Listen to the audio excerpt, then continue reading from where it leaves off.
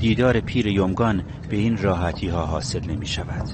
برای رسیدن در دره طولانی یمگان راهی سخت را باید طی کرد. اینجا دره یمگان ولایت بدخشان افغانستان است. در دومین روز سفرم به هر سختی بود به مقصد رسیدم. قریه حضرت سعید از کی به این نام معروف شده؟ وقتی که ناصر خسرو به اینجا آمده. دیدار حکیم و شاعر ناصر خسرو نزدیک بود.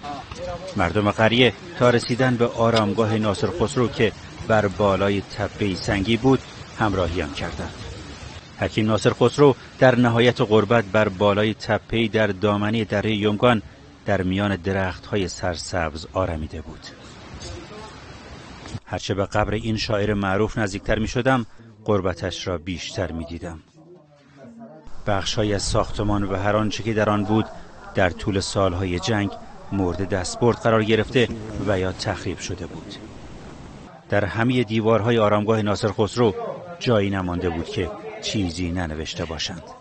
حالتش فیلم کلش هم ایده کنند. شکستن. چیا رو شکستن؟ مثلا بردن درشون بعد دور ایرو تا در یک اتاق یا در یکم چی دیگه. در اینجا رو برداشتن بردن در خونه کردن.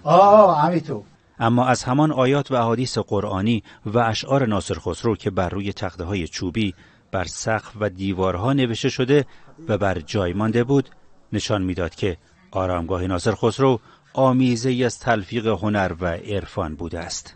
در اینجا می‌بینید شما مشاهده می‌کنید که در چوب‌ها 30 صفحه قرآن عظیم‌الشان در اینجا سپاره را نوشته کردند. ناصر خسرو در سال 394 هجری قمری در بلخ به دنیا آمد و پس از اتفاقات زیاد به دره دورافتاده یمگان رفت و در همانجا آثار زیادی را نوشت و اشعار فراوان سرود.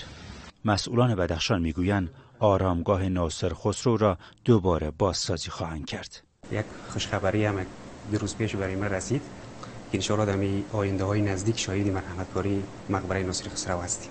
مسئولان افغانستان همانطور که وعده داده بودند کار بازسازی آرامگاه ناصر خسرو را در دره یمگان اخیراً آغاز کردند و اینجا در شهر کابل این میدان و این نماد را به عنوان چهارراهی حکیم ناصر خسرو در روزهای گذشته به بهره برداری رساندند. بهنام یزدانی، خبرگزاری صدا و سیما، کابل.